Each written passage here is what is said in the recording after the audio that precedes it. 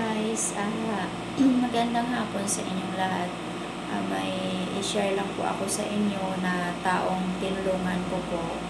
May tao ako na pinadala sa GCash na 300 pesos lang kasi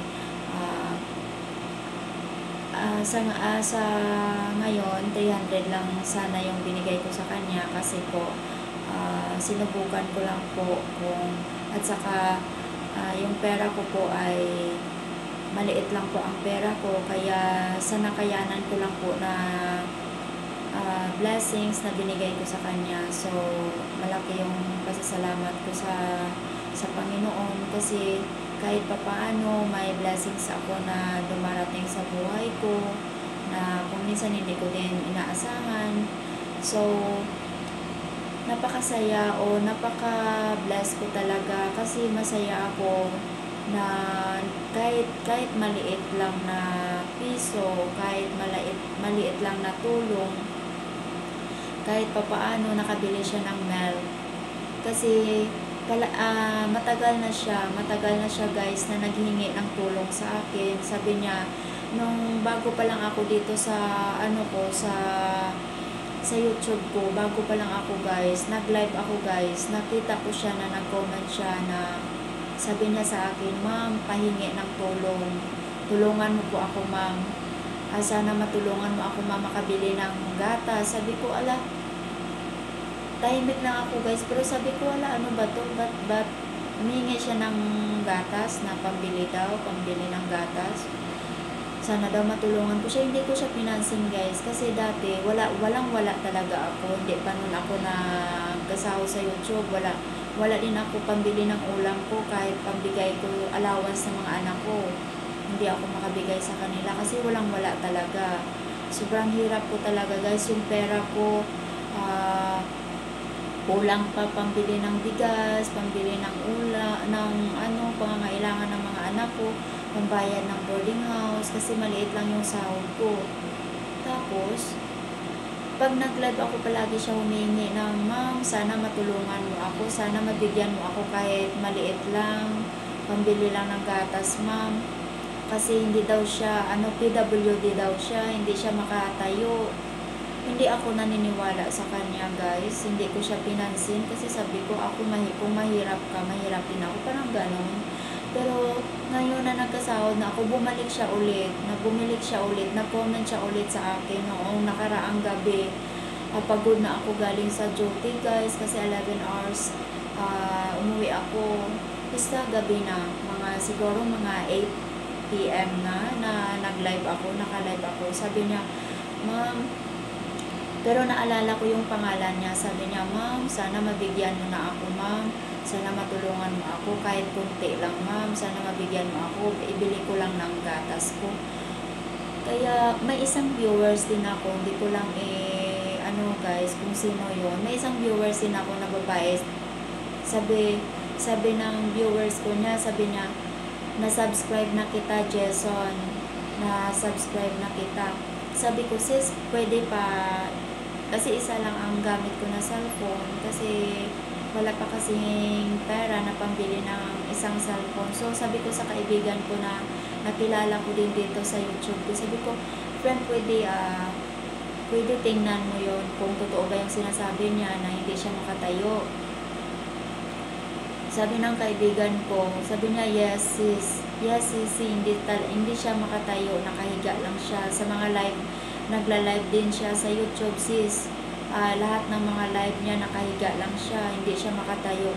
So parang na-touch talaga ako guys. Bakit hindi ko siya pinansin na nagmamakaawa, na parang nagmamakaawa talaga na mabigyan para lang pambili ng gatas. So na-touch ako nung sinabi ng kaibigan ko na, "Oo sis, totoo yung sinabi niya na kahit PWD siya, na hindi siya makatayo." So, diba guys, sino ba yung hindi maawa? Nagbibigay nga tayo sa tao na pwede pa nakatayo, malakas ang katawan, may kumpleto, may kamay, may dalawang kamay, may dalawang paa. Sa tao pa kaya naku po, parang nakakaawa talaga na parang nag-ano talaga yung dibdib ko nung nakita ko yun na Kahit kumakain siya, dito lang yung kanin niya sa gilid, tapos nakahiga lang kain. Ganun guys. Kumakain siya na andito lang yung sa gilid, nakahiga siya. Yung kanin niya, dito lang sa nilalagay ng mama niya. Kasi dalawa lang sila ng mama niya sa bahay. Tapos yung mama niya, nagtinda-tinda lang para lang pambili ng pagkain nilang dalawa. So dito lang, nakahiga na siya guys habang kumakain. Alam nyo guys, sa totoo lang, kahit sobrang antok ko na guys, natapos ang live ko mga 9:15 PM. Sabi ko, Jason, ibigay mo yung number mo sa akin, bigay mo yung Gcash mo sa akin, kasi mamaya pagkatapos ko mag-live, padalahan kita. Sabi ko sa kanya, pero maliit lang to ha, kasi nagbayad din ako ng apartment ko at nagpadala din ako ng pera sa dalawang college ko at isang high school kasi 3 din anak ko guys. So, sabi ko sa kanya, bigyan kita ng 300 pesos, ibili mo to ng gatas. Siguro kasya naman to pagbili ng gatas ang 300. So, ko guys, napakasaya ko na may tao naman akong natulungan kahit kunti at kahit maliit lang na amount. At least, pinadalhan ko siya agad. Nung natapos ang live ko guys, nag-send ako agad ng Gcash na 300 sa kay Jason, kay Rick Jason PWD. So, kung sino man ang may awa sa kanya, i-search nyo lang sa Facebook o sa YouTube, nagla-live din siya, Rick Jason PWD guys. Baka pwede natin siya matulungan kasi mama niya lang ang kasama niya sa bahay, tapos hindi talaga siya makatayo, nakahiga lang. So baka pwede tayo magbigay kahit kunting tulong lang sa kanya. I-search nyo sa guys, Rick Jason PWD. Pwede nyo siya i-message sa Facebook kasi ako, nakita ko talaga ang sitwasyon ni Jason. Kailangan niya talaga ang kahit kunti-kunti lang na tulong guys. Makabigay din tayo ng kunting tulong sa kapwa natin na kahit isang bisis lang, kahit 100 pesos o 200 para sa kanya, kasi nakakaawa talaga si Rick Jason PWD.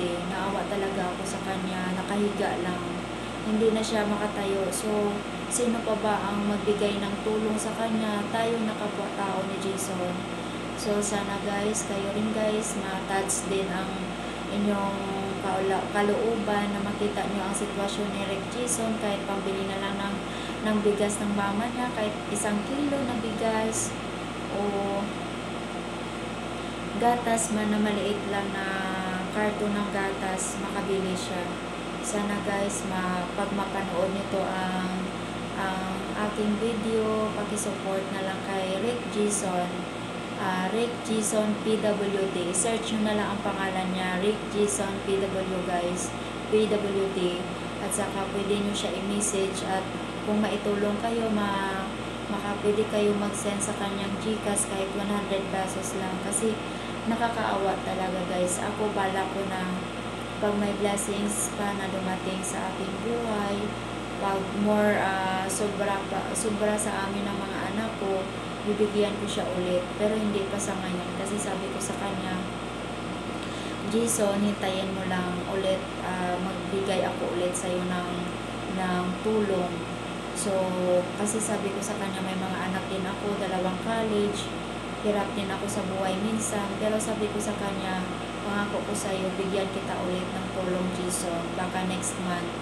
So thank you for watching guys. Sana matulungan natin si Jason Rick Jason PWD para mapasaya natin kahit nakahiga lang siya, kahit buong araw, buong gabi, araw-araw yan guys, nakahiga lang.